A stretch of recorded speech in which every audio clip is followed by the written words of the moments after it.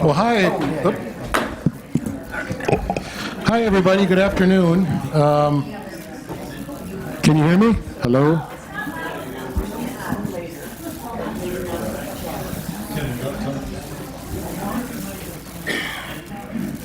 I don't know if it's not loud enough. You're referring to me or the microphone? What microphone number is that? So I got something. I don't know. He's got another one, though. All right, well, I'm going to turn them all on. So, It's on. It's just well, according to this, they're all off. Hello? Is that better? Yeah. Okay. Well, I think, yeah, so thanks so much for coming tonight. This is our first of 3 days of public events. We're really excited. Dan Burden, of course, is the star of the show here. For those who do not know me, I'm the mayor. We do have a couple other electeds in the building right now, Trustee Vigier, Trustee Cameron, and I know we've got Supervisor Snyder, Councilmember Garvey in the back. Am I missing anybody?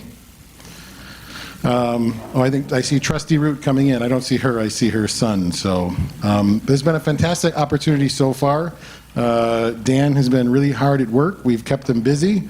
I don't know if we've worn him out or he's worn us out, but a lot has already been done. But an important part of this is to be getting feedback from you. So really our session today, to give a bit of information, but also to understand the issues that you're seeing out there. It's really important as we move forward and look at what decisions that we're going to be able to not be able to, but want to make as a community. So without further ado, I'm just going to say one last thing, is that the watch party of the World Cup on the Roycroft Great Lawn is on at 8 o'clock, if anybody's interested in attending. And with that, I will transfer over to the star of the show tonight.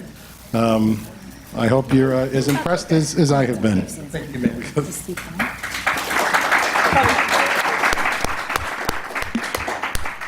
Well, I'm delighted to be here. I don't know if you know, but every time I get within 100 miles of you guys, I sneak in and watch the progress you're making. I'm very impressed.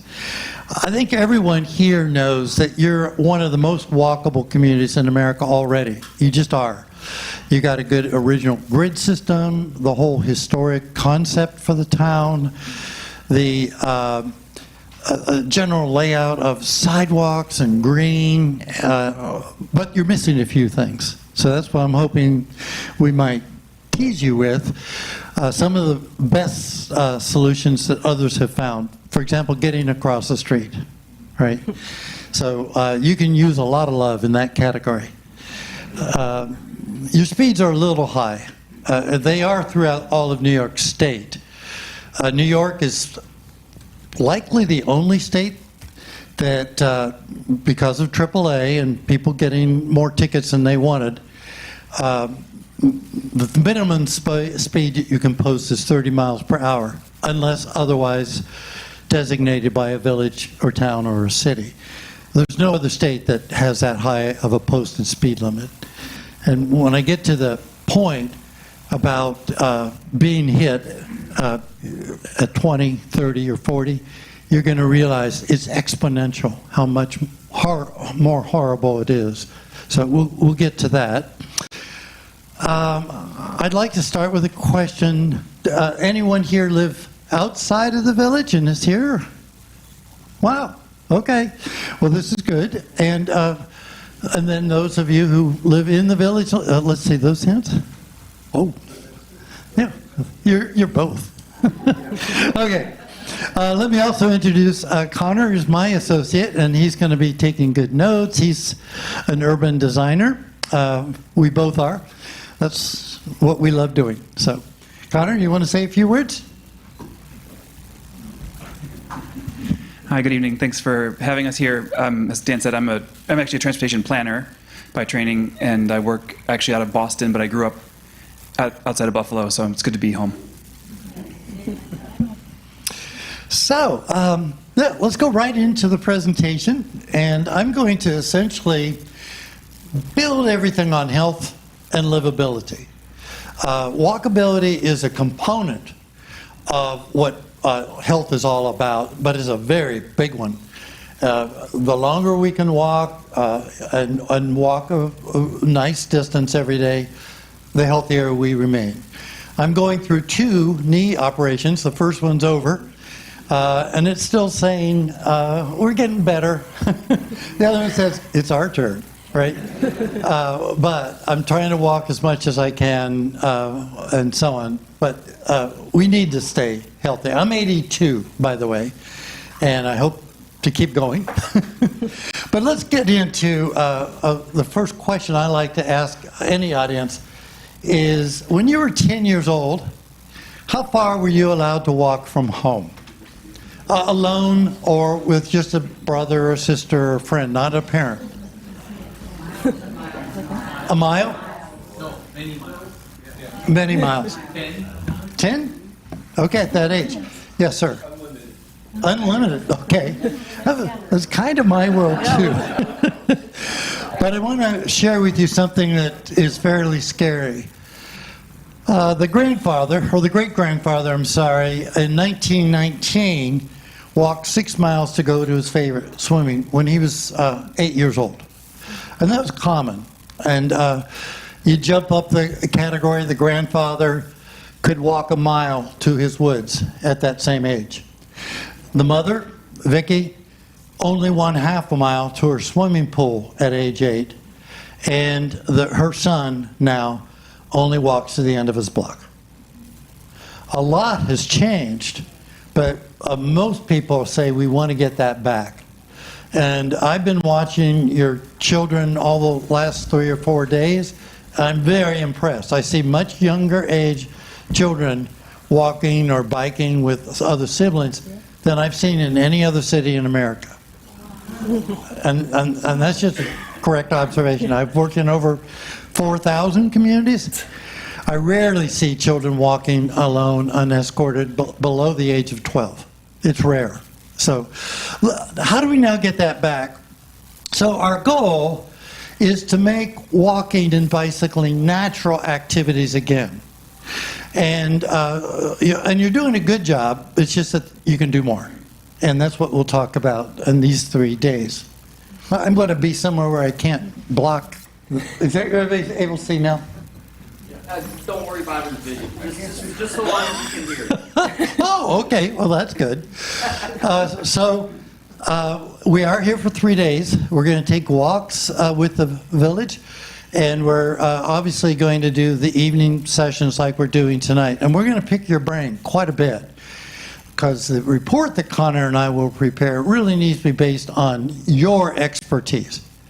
The 2 of us are specialists. We're very tightly focused on our careers and profession, but we're not the experts. You are. You live here. You've raised your children here. And so all of the things that we hear from you are going to inform what goes into our report. But I think first, what I'm most interested in doing is making sure we measure the things we're in love with and stop measuring the things that are not what we're in love with. It's a tool, right? But that's all that most transportation professionals have been measuring. It's like measuring how many people walk to school or something. That's not done. We want to get that back.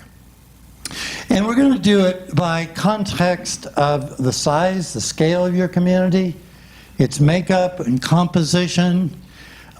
Everything needs to be done for who you are, where you are. We want to make sure we're designing for everyone of every ability. And again, I'm so pleased to see the very youngest of your age groups. And if I didn't see someone walking as a sibling, I saw more baby carriages here than I've ever seen since I was in Copenhagen. So it's amazing. It's also important that we show you the tools that are affordable. The tools here you're going to see in more depth in a moment, but we're going to figure out which tools apply to you. And I use an example, the one on the left, that costs under $100. And it works, and it actually works very well. It was made by a citizen, someone who cared about his neighborhood, who had attended a workshop I did, and he went home, sat with his engineer, and said, let's build this. And again, less than $100. So these are some of the tools we're going to look at tonight. I want to make sure I use the right language. I call curb extensions, but I think you call them bulb outs, which is fine. And in Canada, they call them elephant ears. Whatever. I also want to make sure I insert health. And here's the really good news. Only 20% of how long and how healthy we live is up to our genes. Everything else is up to us. And so, eating the right foods, having the right passions in life, socializing, having good friends, right? That's what determines how long and how well we live.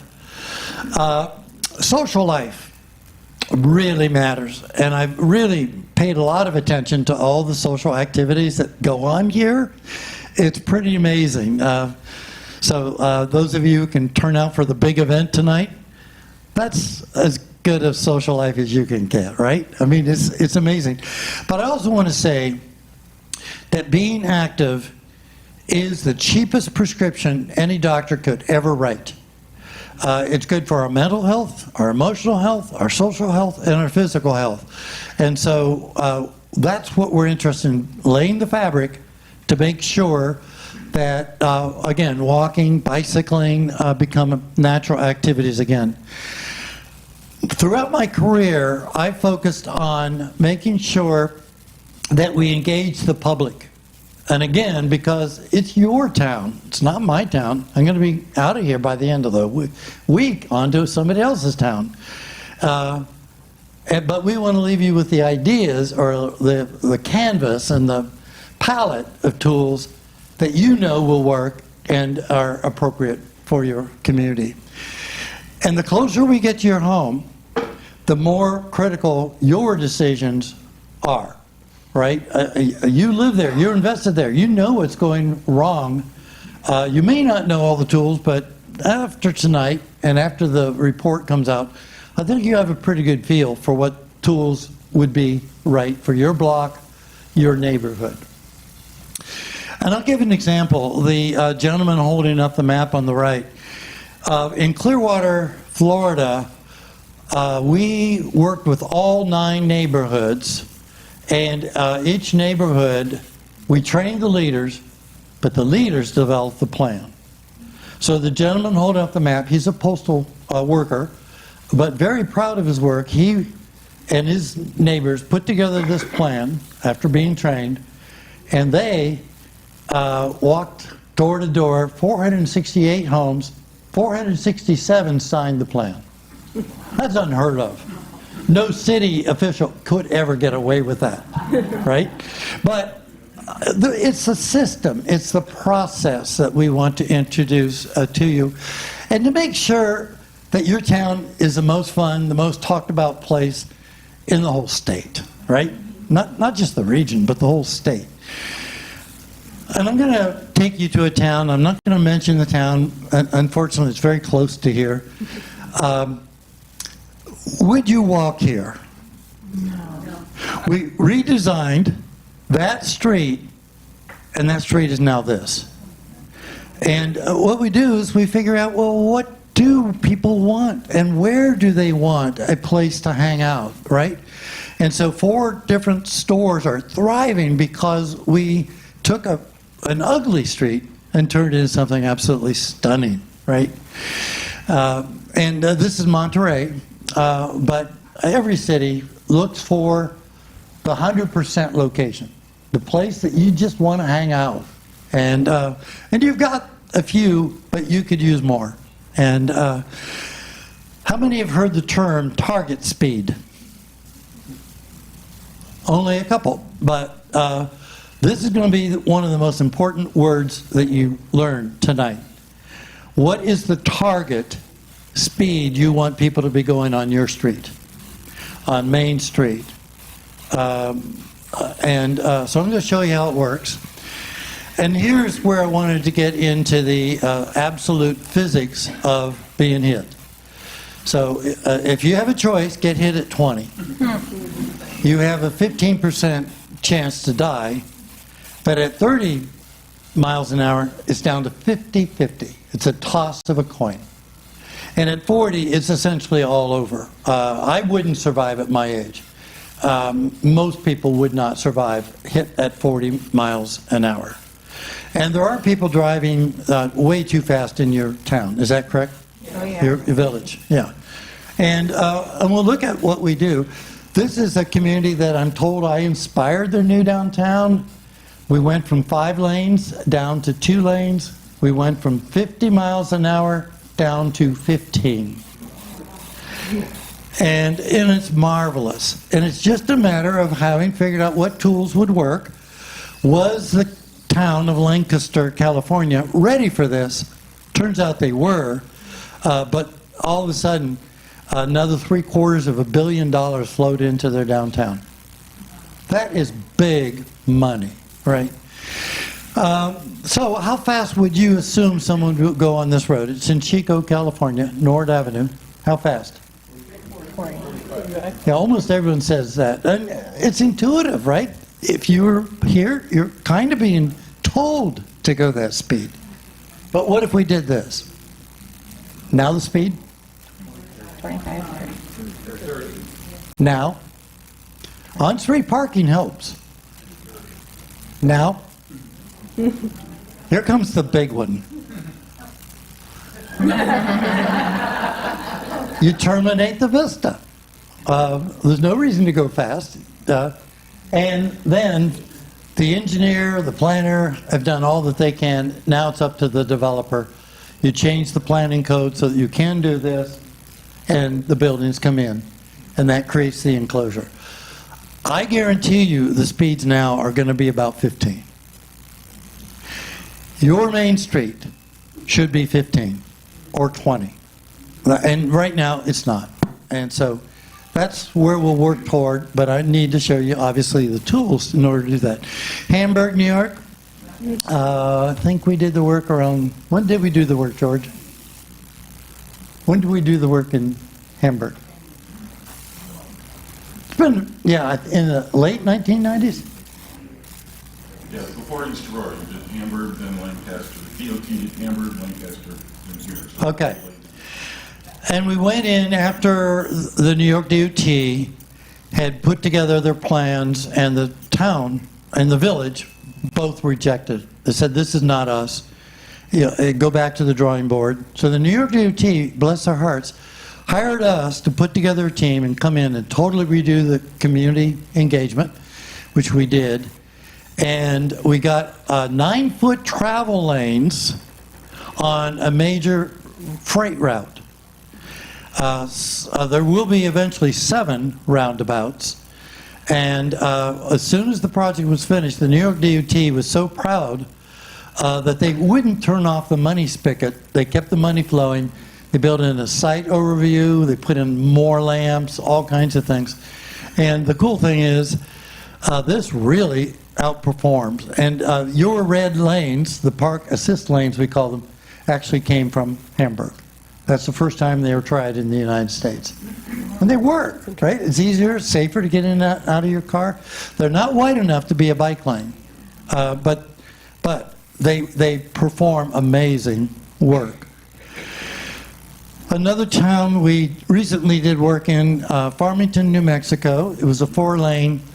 About a third of all the businesses were shut down. And so we went in, redesigned the road. This is the concept. And we put in a square about. It's not round. It's a square about.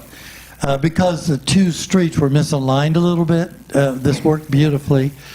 And back in angled parking, we proposed. They didn't do it. But they did do angled parking on one side. And it was, Jeff, you asked this question, whether you could go to angled parking on Main Street. We're still testing that, but you're close. And but you have to have a certain number of feet in order to pull that off, but you could only do it on one side or the other. This is the big one, the crosswalks, right?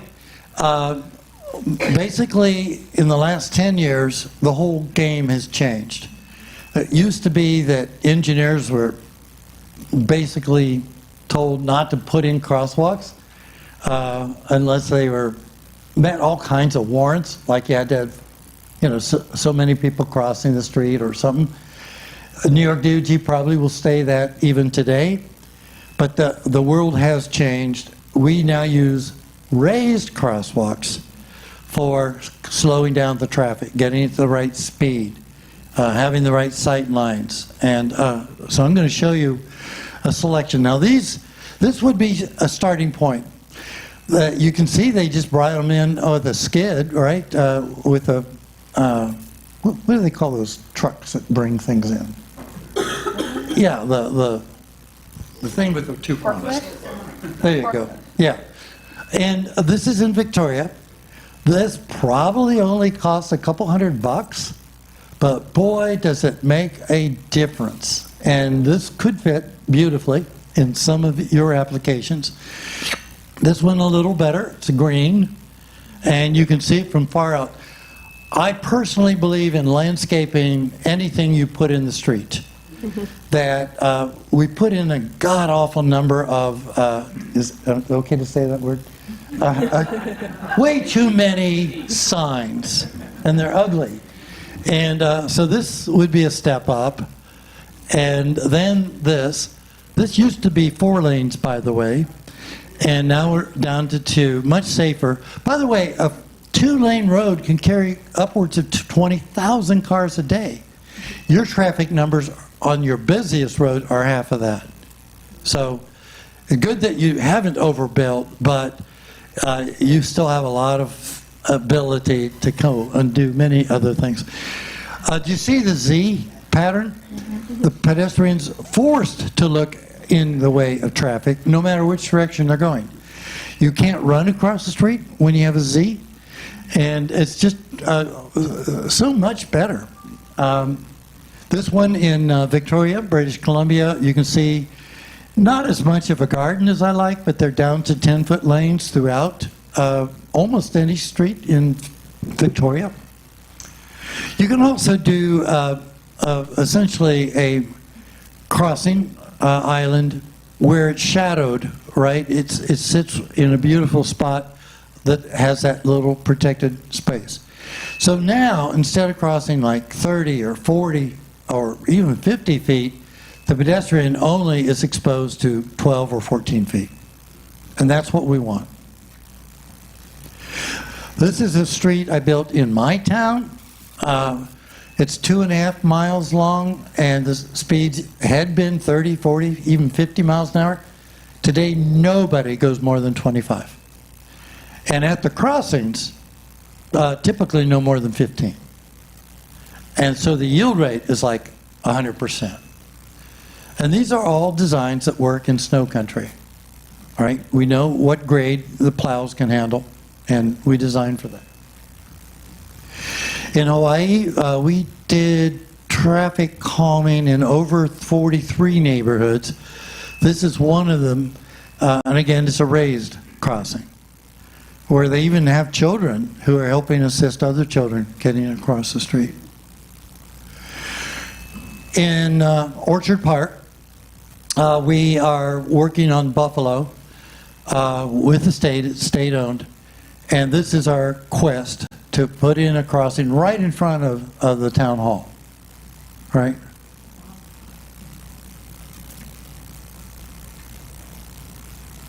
And again, these are so simple, but why not do a raised island? It's just, you don't do it on every crosswalk, but you do it where you want to control speed. Right. This is another big tool I'd love to have you consider. Neighborhood mini circles. They're not roundabouts. They're far from it. This is what they look like. They can have a tree. They certainly should have landscaping. You can do them with curb extensions.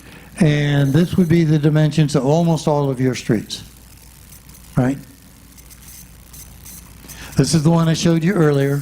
And again, they're cheap. They're very cheap because they don't interrupt drainage, right? And they work. If you landscape them, people can see them 200 feet out, and they already start slowing down. You could have them be flat, and there's some cases where they'll need to be flat, where you have big equipment that must make turns out near your public works department or something like that. This would be a better size or scale. Now, no motorist ever wants to hit this head on because it would be very uncomfortable, right? And so they know that, and this is just a light dome. This would be more typical of what we'd recommend. And notice they're all yield. All directions are always yield.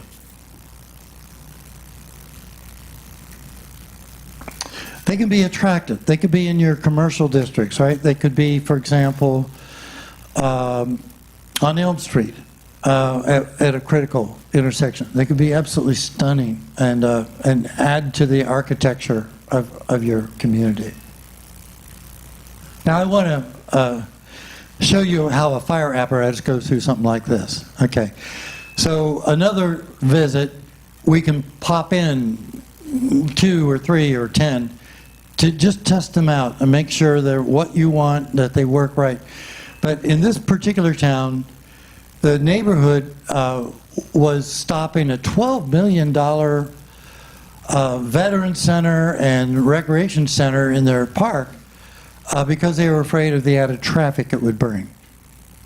And so we went in and traffic calmed the adjacent roads, and then they adopted, accepted, and it's now almost near completion. We always test. We want to make sure the fire service is on our side, right? This is their biggest piece of equipment. And by the way, big apparatus, they go across. They don't go around it. They can't. So a big freight delivery, even someone pulling a boat is going to go across the face. But it works. In fact, Seattle has 3,000.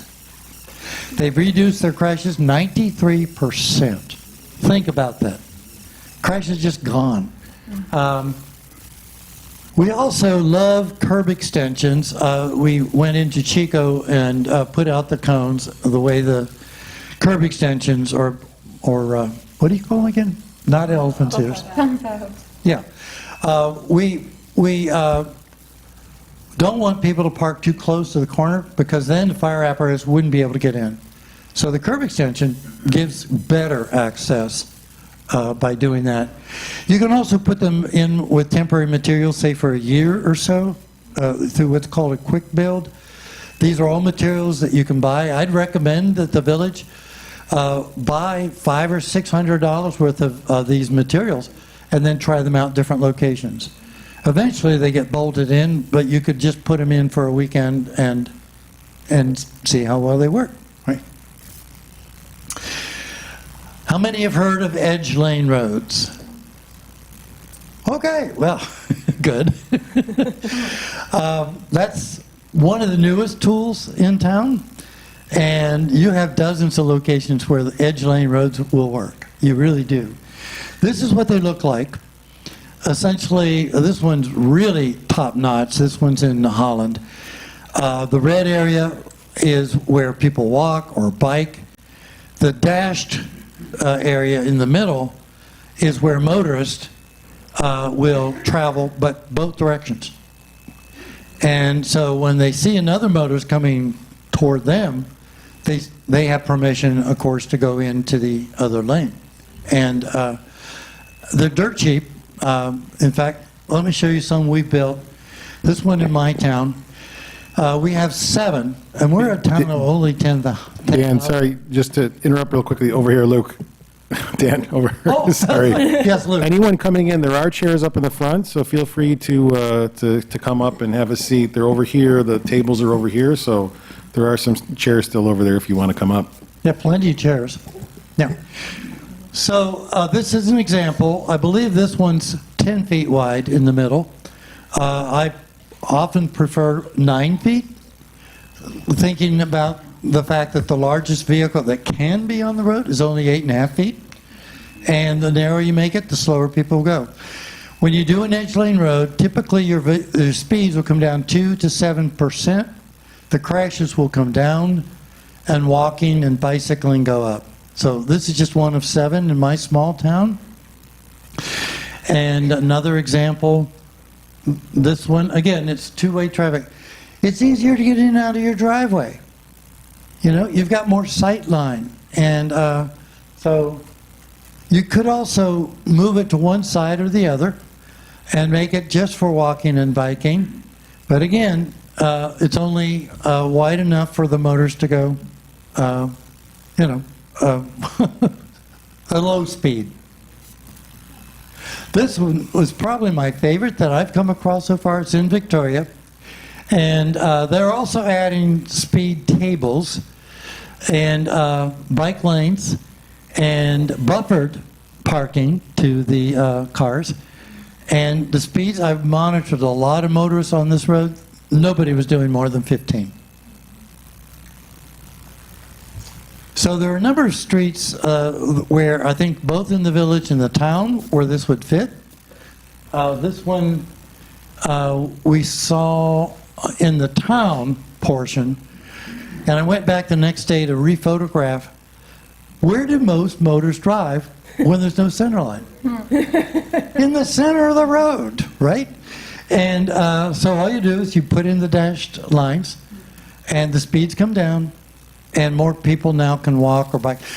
You have a lot of more rural areas where you will never have sidewalks. It's just too expensive. The drainage would be impossible, and so on. So this is one of those roads I recommend. Roundabouts. I am a fan of roundabouts. I built the first ones in Florida. They're now up to over 400. I built the first ones in Washington. They're up to about 400.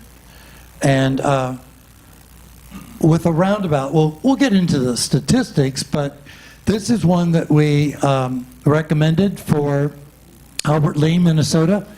The road out further is 4 lanes, and they've had some serious crashes on that road. So this is our recommendation. Go down to 2 lanes. And now add more parking, and the roundabout will really move more traffic. 30 to 50% more traffic than signals. Depends on the geometrics and all kinds of things. But you can count on 30%, and typically you can get up to 50% more movement. Most of you are familiar with the roundabouts in Hamburg, but you probably haven't seen it from this angle. I took my associate, Sarah Bowman, up in a ladder truck and had her shoot these photos. But watch the pedestrian. She starts to cross. Notice there's a queue of traffic. She gets toward the island, and look what's already happening. There's nowhere for the motorists to go. So she's stepping out of the street, and no single motorist has been delayed. Amazing that pedestrians aren't interrupting traffic flow, right? The first one in Washington State is this one. We used to have, I believe it was 1 mile long traffic queues in 3 of the 4 quadrants during school release. They had an elementary, middle, and a high school here. So we said this is going to be the best first place for Washington State. Turned out to be it is. On this particular road, they put in 7 roundabouts. And you can come up and ask the side story later. This is one of the top 50 golf courses in the world based on this road having been rebuilt. So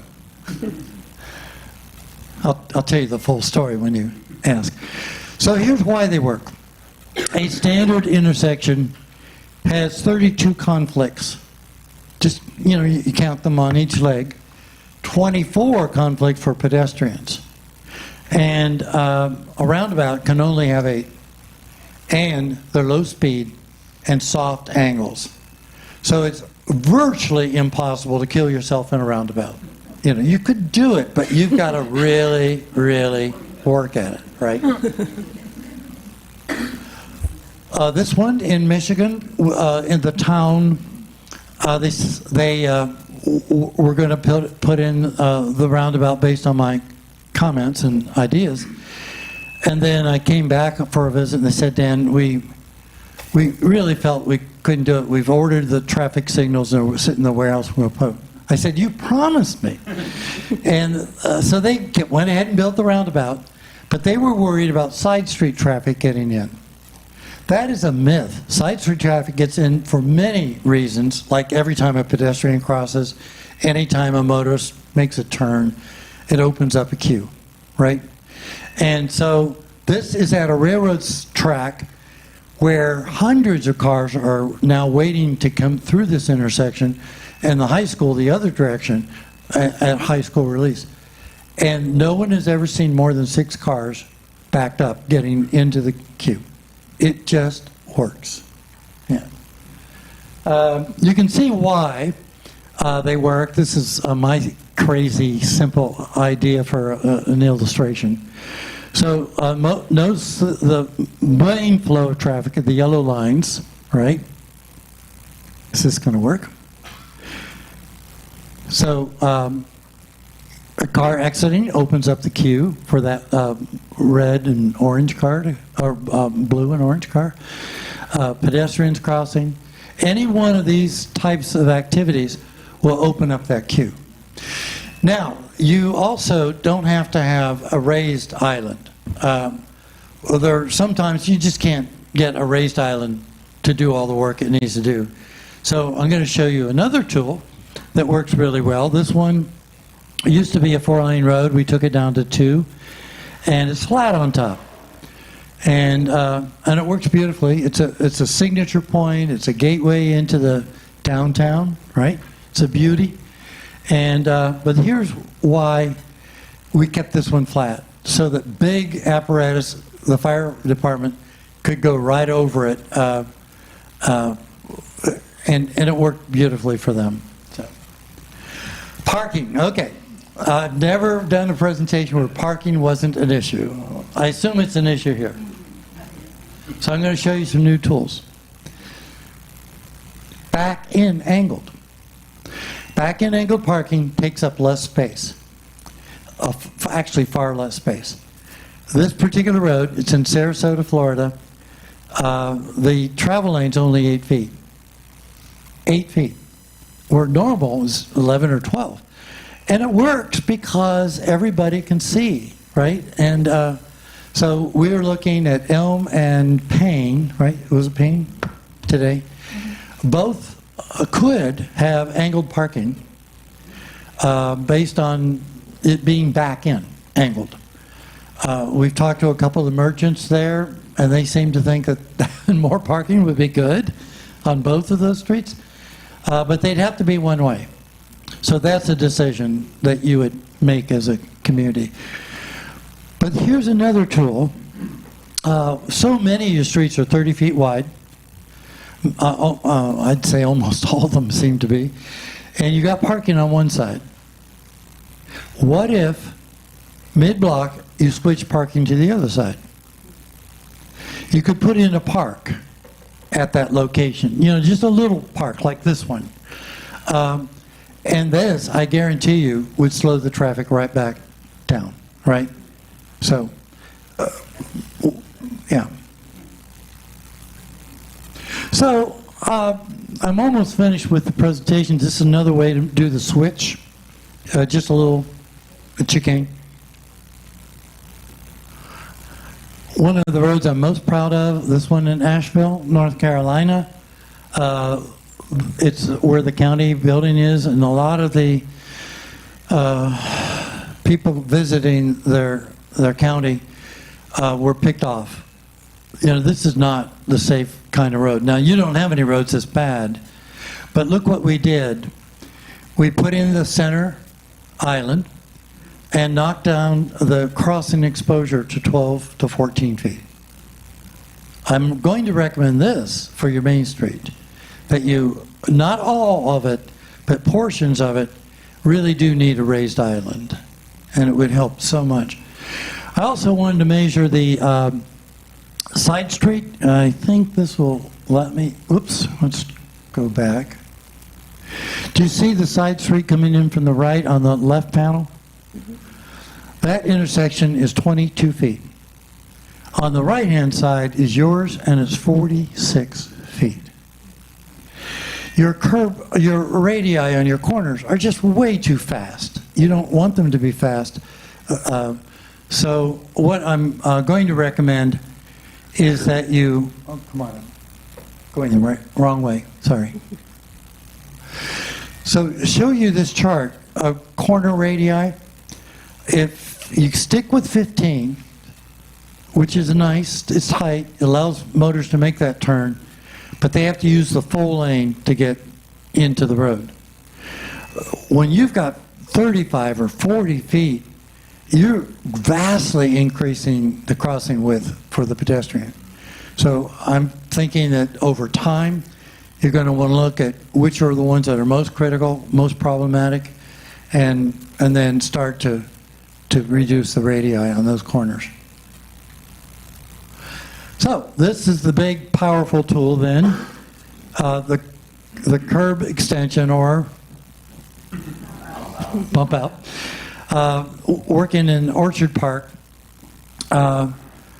notice the size of the front ends of some of our vehicles today, right?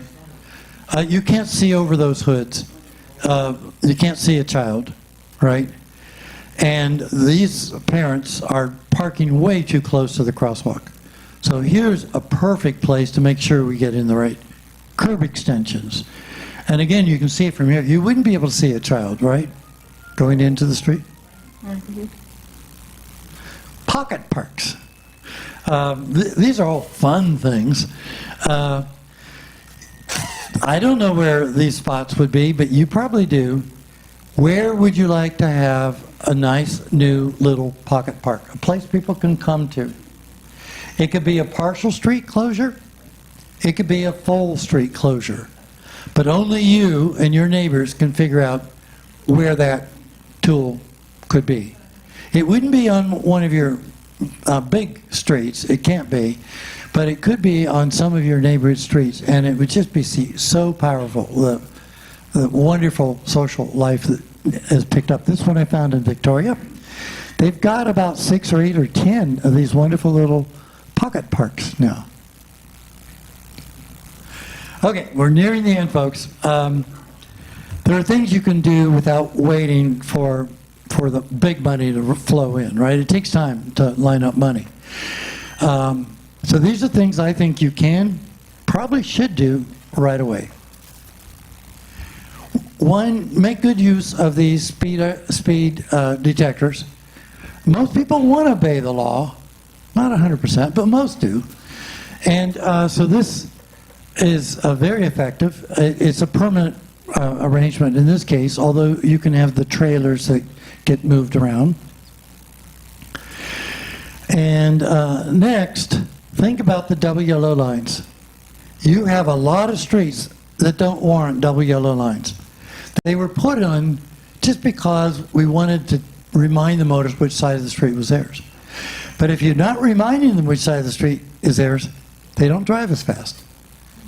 So this is an example of when you have the double yellow, of the danger posed to a bicyclist, right? The motorists are afraid to move over the double yellow. You could use a boulder edge line. And the boulder edge line, especially if you're adhering to narrow lanes appropriately, 10 foot, you can further slow the motor's speed down. So there's just an example. We have a double yellow here. We either allow it to wear out or we purposely scrub it out. But we put in the edge lanes. And this reminds the motorists that you've only got so much space, right? And if that's not enough, then we go to the mini circle. And so it's just, you start with what you think will work, and if it won't pull all the results you want, then you go to the next level. colorize your park assist lines? If you're building something new, widen the gutter pan. This lane, by the way, is only 8 feet. But because the wide gutter pan is actually 13 feet of passage. But we're tricking the motorists to think they only have 8 feet, and they slow down. We're now going to put you to work, but I want to share with you just a few more ideas before we do that. These are ideas that your mayor, myself, and I think others have looked at. I don't think any of your local streets should be posted above 20. In Canada, many local streets are not posted above 20. Why should they be posted more than 20? It's a local street. Your main street should not be operating at high speeds. It should be operating at safe speeds. Make it easy to park, safe to cross streets, right? So, I'll actually leave that one up so that when you're at the tables, you can identify the places you'd like. Boy, we got a great turnout. What we'd like is for most of you to stay. I know some of you will have time limits, but if you would, populate these tables with the maps. Do we have a few more maps? This is it? Okay. Then these 4 tables will work. You can stand around or sit, but we'd like you to now just pick up pens and mark the areas that you feel there's either a problem or you'd like to consider, like a mini circle or a roundabout or a raised crossing, whatever. Let us know. And we'll ask each table to report out in 40 minutes. Does that work? Everybody? Does that work? So you got 40 minutes. Go at it. What's up? Thank you for lunch. Oh, you're welcome. You're welcome. Dan, this is my son Harlow. Marlo? Harlow with an H. Fantastic. I hear you're quite the brains. You figure out all kinds of things.